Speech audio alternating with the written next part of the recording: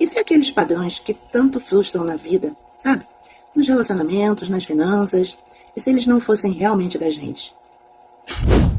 Hoje, a gente vai explorar uma abordagem que busca as raízes desses problemas lá na nossa história familiar, muitas vezes em lugar que a gente nunca imaginaria. Vamos mergulhar na constelação familiar. Mas antes da gente começar, deixa teu like e comenta aqui o que você achou do conteúdo. Ajuda a gente a crescer o canal. Beijocas instaladas para você. Essa frase que está no centro da nossa exploração de hoje é bem provocadora, né? A ideia de que um obstáculo da nossa vida pode ser um eco da vida de outra pessoa é esse mistério que a gente vai começar a desvendar agora. Sabe aquela sensação de que está num beco sem saída? De repetir os mesmos padrões, os mesmos erros, seja no amor, seja no dinheiro, é algo que muita gente conhece bem.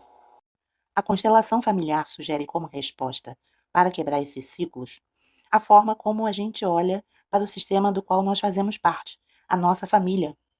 Ok, vamos entrar nisso então.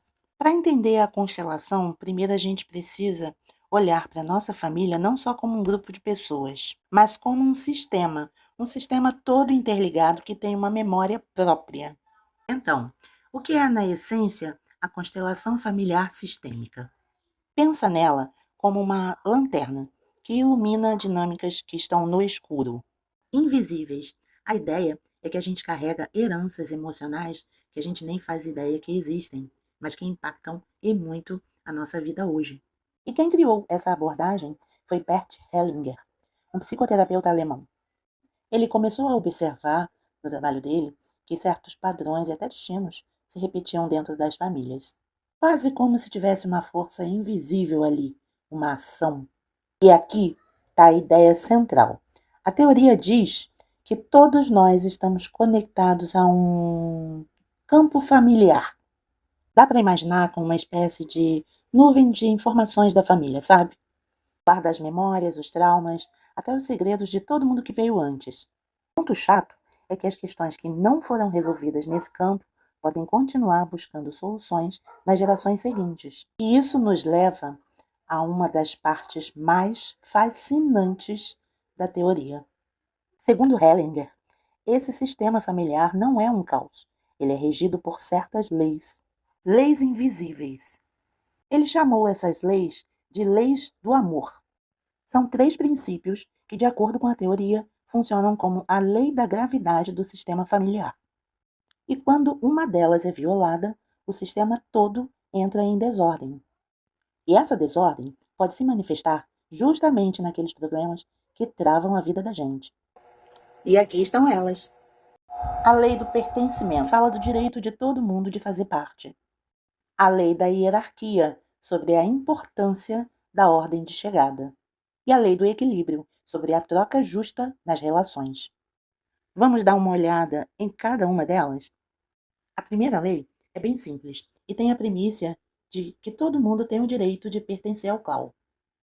Mas e quando alguém é excluído ou esquecido, talvez por um motivo considerado vergonhoso? O sistema, então, busca um reequilíbrio e, de forma inconsciente, um membro de uma geração futura pode acabar representando esse membro excluído, repetindo o destino dela ou carregando a sua dor. E a lei da hierarquia. A ordem aqui é de que quem veio antes tem precedência. Pais vêm antes dos filhos. Quando essa ordem se inverte, por exemplo, o filho tentando cuidar dos pais como se fosse maior que eles, ele sai do seu lugar e, ao fazer isso, ele toma para si uns fardos que não são seus. E isso pode impedir que a própria vida avance. E por último, a lei do equilíbrio. Essa é crucial no relacionamento entre iguais. Como casais, a ideia é que precisa haver uma troca saudável entre o dar e receber. Quando uma pessoa só doa e a outra só recebe, a relação adoece. E esse desequilíbrio, segundo a teoria, não afeta somente o amor, não. Ele pode vazar para outras áreas, como a autoestima e as finanças.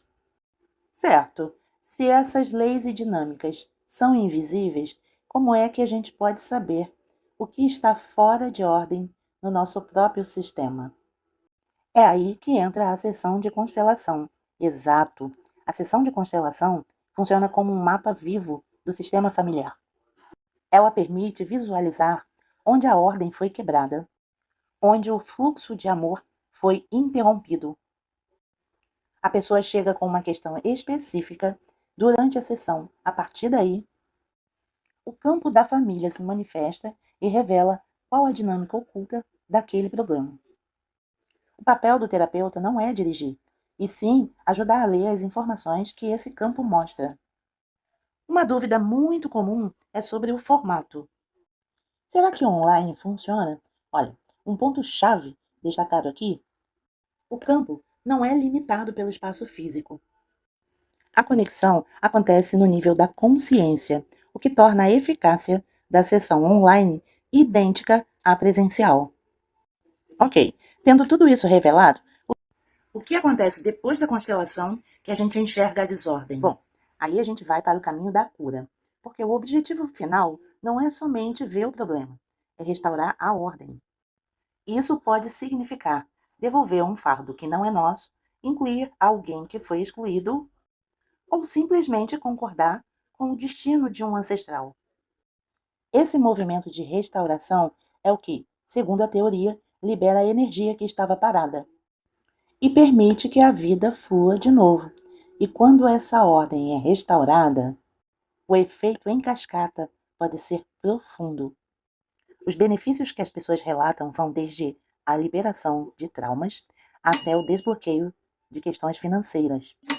A lógica é simples. Ao colocar o sistema em ordem, a pessoa fica livre daqueles emaranhados do passado, livre para viver o seu próprio destino. E essa citação ilustra o ponto de uma forma brilhante. Não se trata de mudar a história ou esquecer o que aconteceu. Se trata de mudar a percepção da história, a nossa relação com a nossa história. É olhar para tudo com amor e com concordância. E essa mudança de percepção é o que pode transformar o presente por completo. E para terminar, fica essa pergunta para a gente refletir. Independente de qualquer abordagem, a ideia de que fazemos parte de uma história profundamente maior é muito poderosa. Que história oculta uma família carrega? E como ela pode estar se manifestando na vida hoje? Essa investigação pode ser o primeiro passo para um novo começo.